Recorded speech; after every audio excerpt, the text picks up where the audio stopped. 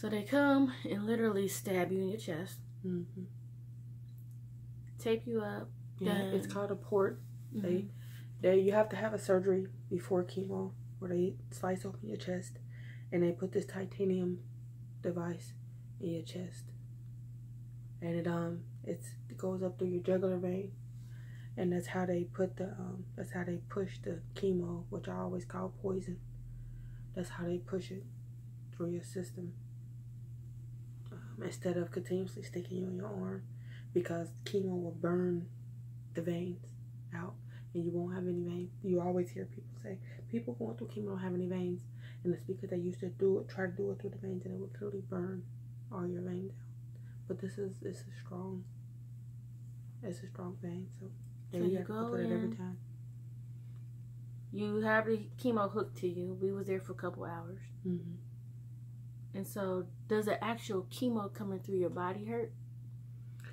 No, the actual chemo going through the body doesn't hurt, but it's going through, and it makes you tired, and it makes you nauseous, and I mean nauseous to a point where you don't want to even see a car move because the motion sickness of it all, you know. But you'll be extremely fatigued, and I mean to the point where you just want to lay in the bed for, you know, sometimes a week, just without even moving. They give you steroids and everything to try to make your system, so you could be able, because this chemo damages your heart. It can wreak havoc on your heart. So they try to give you steroids and medications to prep you, you know, for the harshness of the chemo when it goes through your body. The part that hurts is you get an injection called Neulasta. They put a patch on your stomach. It's an injector. It's about this big, and it has a needle. You know, after putting it on, about 2 minutes after it's on, it sticks a needle in your stomach, and about 27-ish hours after that, it pushes a medication. And so I remember that, you know, that was after the chemo's done. Then she puts another little thing on you, and you're like, it's gonna poke me in a minute. And I was like, what? And you're like, I don't know, it's coming. It's you just kind of gotta wait, and then it just, again, you be stabbed again. And it looks like a little device, and then you're like, there it go, and it just like stabbed you in your stomach. What is that supposed to do? The Neulasta injection is supposed to push your bone marrow up, you know, makes your bone marrow flare up so they can push out white blood counts, because the chemo lowers my white blood count to nothing. And when that happens, I can't really go outside, or I can't be around people, or I can't be around germs, because my system is compromised. And it's compromised to a point that even a common cold could kill me. So they put the Neulasta injection on there to boost your white blood count. And during the process of when the injection goes through, probably about 25 minutes to 30 minutes after it goes through, you feel this unbearable aching in your bones. But now this is 27 hours later? Yeah. After chemo. It comes on, they put it on you, but then you gotta wait about 27 hours. Because I remember I called to remind you. I'm like, it's 8:45, because we left at like 5:45 or something like that. Yeah. And you was like, I know. Because your hard-headed ass went out of town. And it kicked in when you was out of town. I went out of town because this chemo and this cancer can take over your life. And sometimes you just want to feel normal. Because there's no normalcy anymore when you're on chemo. Especially when you're on a chemo that's only meant to prolong life. It's not meant to cure, because there's no cure for this cancer. This cancer is going to be the thing that takes me out. This cancer is going to be the thing that killed me. You know, this cancer is just getting worse by the day. It's just getting worse. So right now, your chemo is really just to keep you here. Right. It's not to cure. Life. It's not to cure. There's no cure. So you said it beeps, right? When it goes off? Then the last thing? Yeah. It beeps. It clicks. So that's almost like a bomb to you. Yes. Like. Exactly. That's the perfect up. way to explain it. Yeah. It's exactly like that. The example, when I went out of town, because when I went to Cleveland so we could, pass out the scarves and stuff for the homeless, the clicking and the blinking started. And I hoped with everything in me, like, oh my God, I hope we make it back to the hotel room before this medication ending, pushing inside of me, because it's so painful. But we didn't make it back. So in the middle of the dinner that we were having, the medication kicked in, and the pain was so bad I couldn't even speak. All I could do was sit there and cry, and there was tears running down, and people started noticing that something was wrong, that I wasn't speaking, that something was off. And then a lady asked me, and she was like, "Are you ready to go back to the hotel?" And all I could do was shake my head, because it's so painful. It's stiffening. It's excruciating. It's going through all your bones in your whole body. Your feet hurt. Your hands hurt. Your fingertips. Your back. Your bones. All your bones hurt where you don't even want to walk on your feet. It's so painful. And it's unbearable. But there's nothing you can do about it. So you just gotta bear it. How long does this last? Oh, days. It's worse in the first 24 hours. It's the worst part of it. It's the first 24 hours. The most excruciating part of it is like the first 8 hours. It's the most excruciating. You told me it feels like every bone is breaking. In your body is breaking. It feels like somebody's breaking every last one of your bones simultaneously. So, after chemo that's supposed to help you, you got to get this. Right. To try to help you some more. Right. And it's painful. It's very painful. So, it's an undescribable pain. This keeps you down for a couple of days, just the pain from that. On top of you're still kind of recuperating from chemo. Right. And you haven't even gotten the full effects from the chemo yet by then. You got the nausea, and you got the fatigue, and the chemo can also cause bone pain. So on top of that bone pain, you got now the pain that the injection is giving you. So it's no way out. It feels like it's no way out of pain. And then the chemo is attacking your good cells and your bad cells. It's attacking the cancerous cells, and it's attacking the good ones too. So your body is weakened, and it's at a very fragile stage that you just can't get out of. It's a cycle that you just can't get out of. You told me before that you get really, really tired, like exhausted and depressed. And you get depressed. And, when you're planning to do something, you hope and pray that you are able to keep up with that plan, because you are hoping and praying that something else don't change that day. Right. It is close to impossible for you to plan, because day to day you don't know how painful it's going to be. Right. And that's why it's hard for me to work.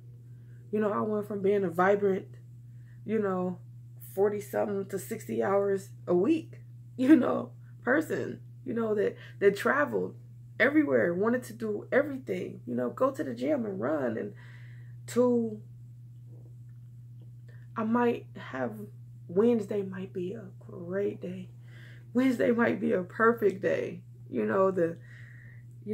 got the energy to get up and go out and do something and clean the house and do some laundry and stuff that you haven't been able to do for weeks, to going to 4 or 5 days where you don't even want to get out the bed. You're in so much pain, or the nausea, or the fatigue, and just the depression is just beating you down. I mean, every day I think like, this might be the day I go to sleep and die. This might be the day that my body give out. This might be the day that there's no more me. This might be the day that I leave my sister. This might be the day that I leave my dad. This might be the day that I leave my cousins, my family, my friends, you know, the people that care about me. It's depressing.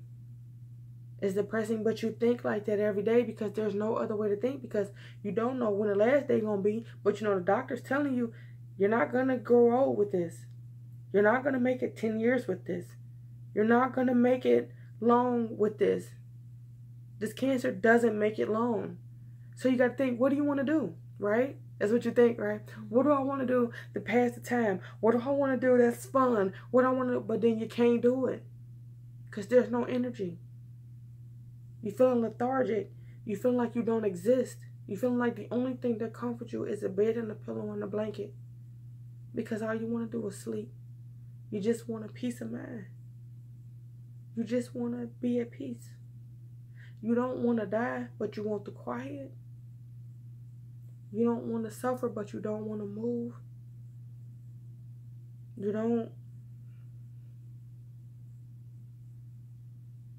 You want somebody to hug you, but you just don't want to be bothered. You want somebody to love you, but you think everybody looking at you strange, or you think everybody feel pity for you, or you think people talking about you. And then you got people that say, oh, you used to be this and you used to be that, and you thinking, I'm dying. I'm literally dying, and you want me to try to be what I used to be. Every day I know I'm dying. Every day I know this cancer is killing me.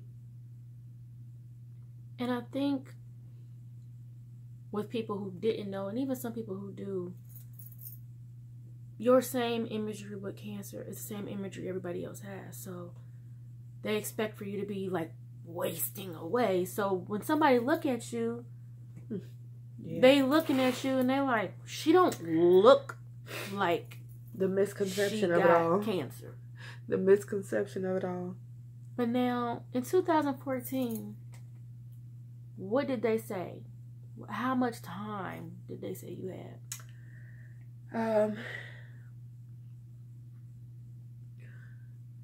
My doctor said a few years. No, a few years maybe. I went to get a second opinion. I had a second opinion, a third opinion, and they all came back the same way. One doctor said, I've known one person that made it about 10 years. I've known one person, but more than likely that won't happen. Because this cancer just doesn't go away. It doesn't slow down. It just doesn't do that. So, speaking of which, you said it's different types of ovarian cancer, and they named them from depending on where they start from. So you have epithelial tumors, germ cell carcinoma tumors, stromal carcinoma tumors, and small cell carcinoma of the ovary. The carcinoma is the main part. Right. And so with those, and I think this is the one that you had, the small cell carcinoma of the ovary, because you said it's rare, and this is the one that's rare. It mainly affects young women with a median age of diagnosis around 24 years old.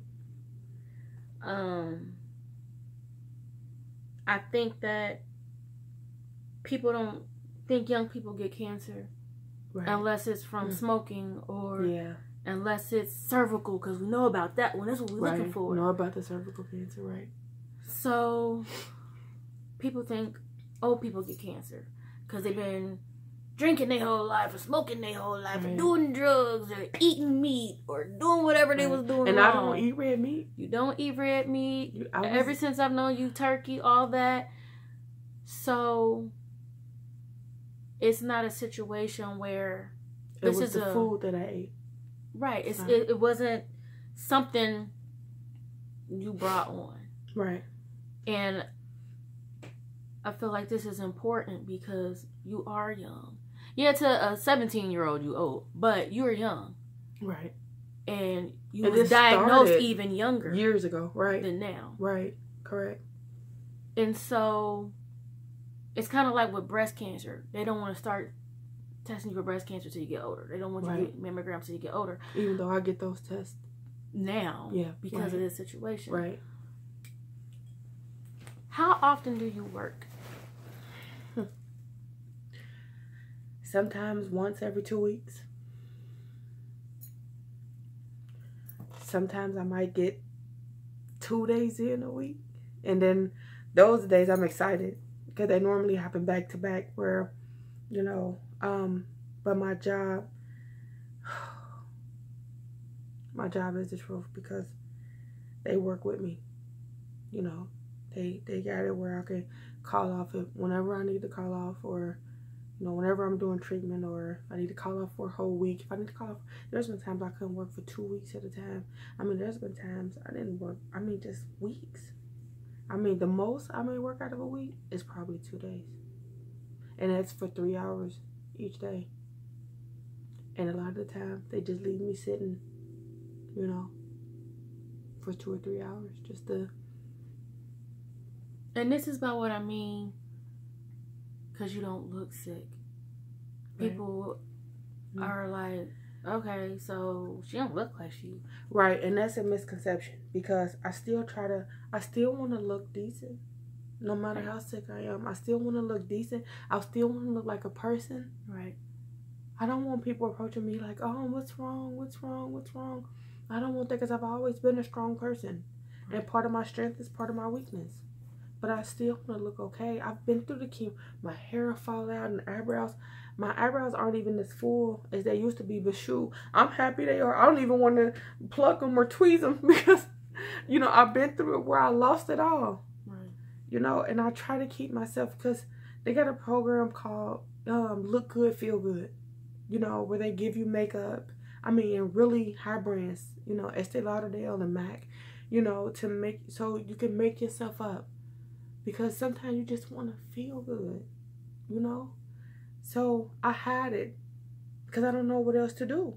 So I had it. I normally don't come outside unless I can at least look decent or put a wig on like this one. You know, you really can't perm your hair because the chemicals flowing through your body. Your hair just, the little hair you do have falls out, you know? I try to walk around and get around on the days where I'm feeling good, because I don't want to be a burden to people.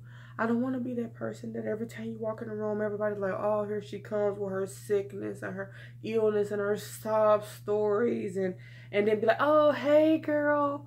You know what I mean? I just don't want to be that person.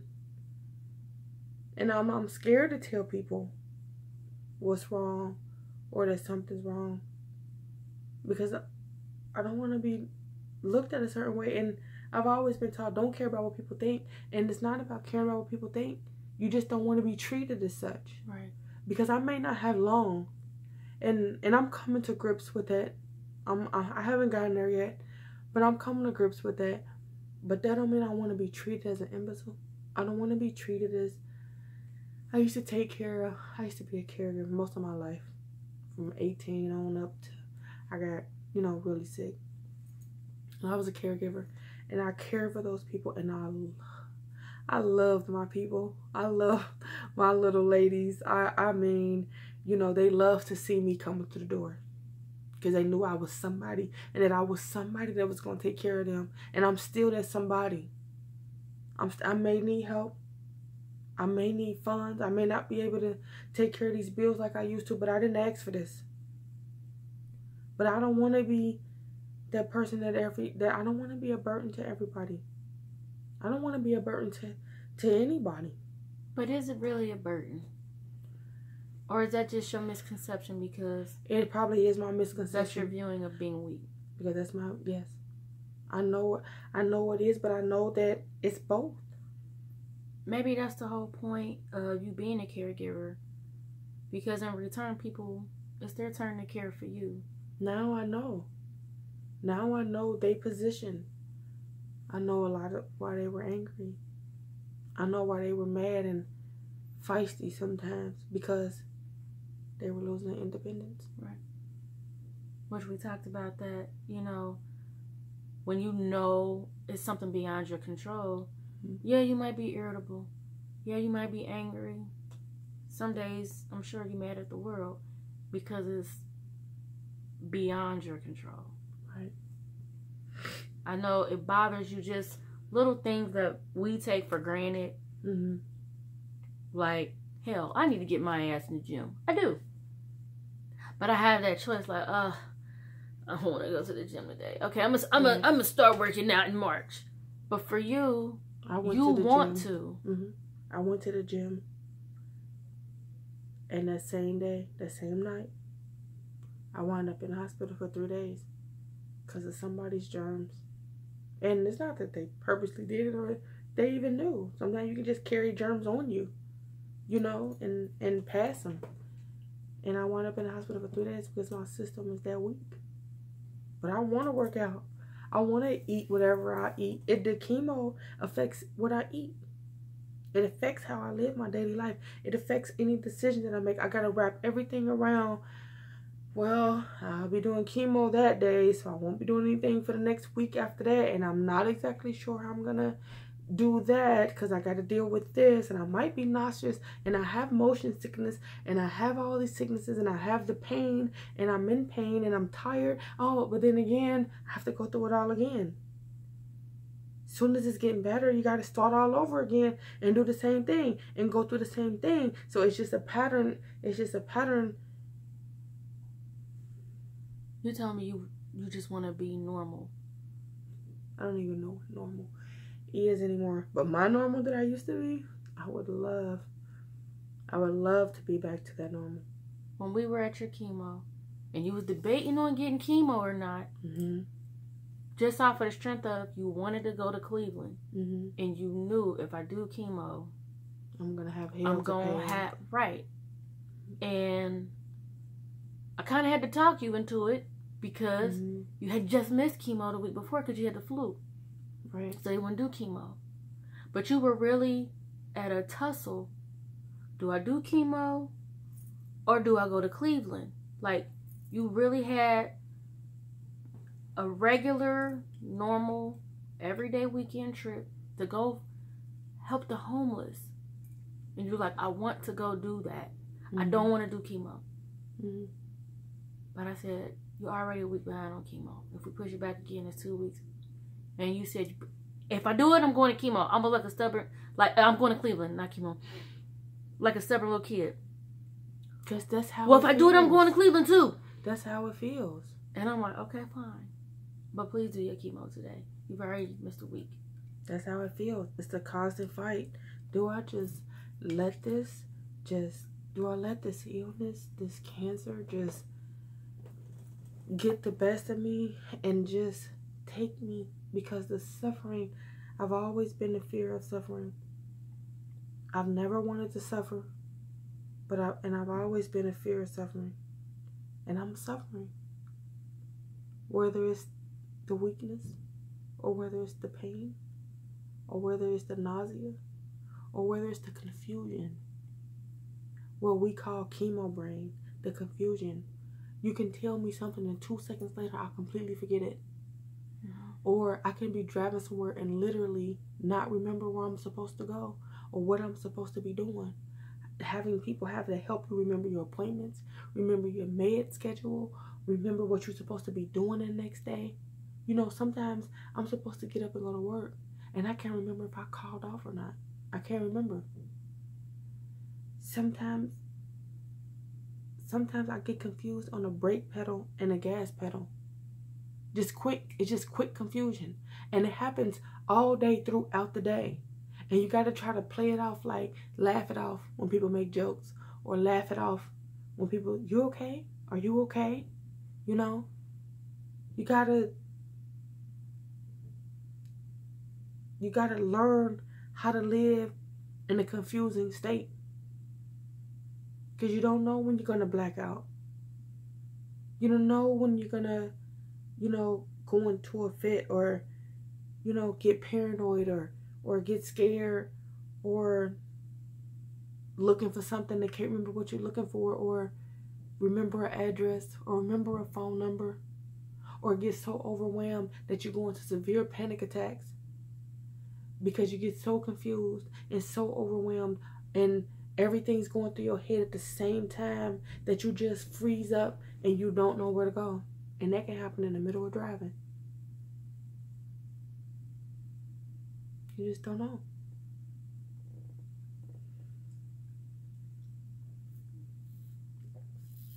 At this point, your symptoms are getting worse, though. Mm-hmm. So one of the things you said was how many times a night you get up, you go to the bathroom, but like you toss and turn because you're in pain all night. Mm-hmm. So you don't sleep. So all this tiredness and this is breaking your body down, and now you can't even get comfort and sleep. You can't. It's a constant battle. All night. I take sleeping pills to try to find some comfort, some rest. The painkillers are so harsh. You know, sometimes you rather just deal with the hurt. You rather just deal with the pain because they could be so harsh. You know, and it's just a constant fight.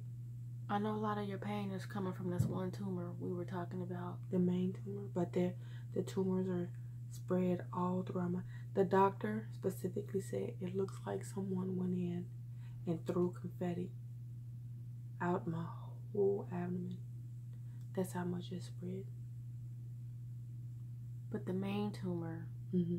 So you were going to a pain specialist as well. A pain clinic. And you got so excited because you thought they were going to be able to give you this numbing injection, right? Right. But they can't. Because I'm allergic to contrast. And there's nothing else they can give you. And there's nothing else they can do. But if they were able to inject that will kind of like freeze that pain up a little bit. Yeah. But you'd have a reaction to the contrast. Right. So the last time I took the contrast, they gave me some steroids beforehand to try to boost up my system to be able to handle the contrast. But I still wound up breaking out in hives and coughing a lot, you know, scratching a lot in my face and back and stuff. And I had to stay in the hospital for 8 hours. So right now, you just trying to live as quote unquote normal as possible. If there is a normal anymore. I know they try to put you in studies and stuff, and yeah, but I can't go into studies because my white blood count too low, and I'm too much of a high risk, and they don't want to take a chance. So that's never worked out for me. But I'm just to a point where I just want to be okay. I know that I'm not gonna be okay as far as the cancer, but I just want to live okay. I just want to do some normal stuff. I just want to be happy sometimes. And sometimes it's just the little things. You are extremely financially strapped right now because you can't work. So if somebody put gas in your car, it's a blessing. Put some food in your refrigerator, then I'm grateful. You know, anything, you know, pay to get your hair done. Anything. Small then things. I feel beautiful. It's like right now you're just trying to do the best that you can. Keep my head above water. While you're here. You are fighting a deadly disease that has no cure. But you're still fighting. But I'm still fighting. I'm still here. But I'm struggling. And that's the reality of the situation. You have been blessed with a job, a company that does help you and work with you. But even then, you might only be working maybe 4 or 5 times a month. Because that's all you can do. Exactly. And that's only 2 to 3 hours a day. I don't think people a lot of times always grasp that part of it. Because Yeah, they know medical bills, but yeah, that's the thing too. I mean, I just recently, I got a $988 bill just because they had to transfer me from one hospital to the next because one hospital wasn't equipped to deal with my diagnosis and my illness and what I go through and what I need. They weren't equipped to deal with it, so they had to transfer me to another hospital, which in itself was $988 that I got to pay for. So, like, medication. If I could just show you the list of medication. Well, you see, you know how they ran down all the, and you like, that's all you got to take all of that? And I'm like, yeah, on a daily basis. And some of them 2 or 3 times a day. It's expensive. It's expensive. It's just gas is expensive. You know how many doctor's appointments? You know how many doctor's appointments I go back and forth do just in a week. From seeing therapists, from seeing the oncologists, from seeing the blood doctors, from seeing the pain clinic, or seeing it's so many doctors that I have to write them down. And I know the first thing people gonna say, you should sue the doctors. You can't sue a doctor that doesn't have the knowledge to know, or they didn't expect, or you could sue a doctor that knew something was wrong and didn't act on it. They were negligent. Right. But you can't sue a doctor that truly believed that was it. Because maybe when they did the hysterectomy, maybe they didn't see any more cancer. But I think they should have did chemo or whatever for precaution, just to make sure. But he was an older doctor, and I mean older, and he didn't see, and I didn't know any better. I didn't know anything about cancer, because growing up in my era, you didn't see cancer everywhere. You didn't see that. It had to be a certain cause for you to see cancer, like smoking, but you didn't see cancer everywhere like you see it now. So I didn't know any better. So I just thought, this is a doctor. This person knows. So that's what I went with. But you can't do that. If you think something's wrong, or you think you need something, or you think that something may help you, you gotta acknowledge it. You gotta research it. You gotta understand it. And then you gotta present it. Because they don't listen to you. They do not listen to you. So you got to come in there like you know what you're talking about. You got to come in there like you know exactly what you're talking about. You got to come in there like you were sitting next to them in the same class they were in when they were taking them classes. You got to sit like you sit as a residential for 2 years and did them rounds with them. You got to do all of that. Because if not, they're going to pass you by.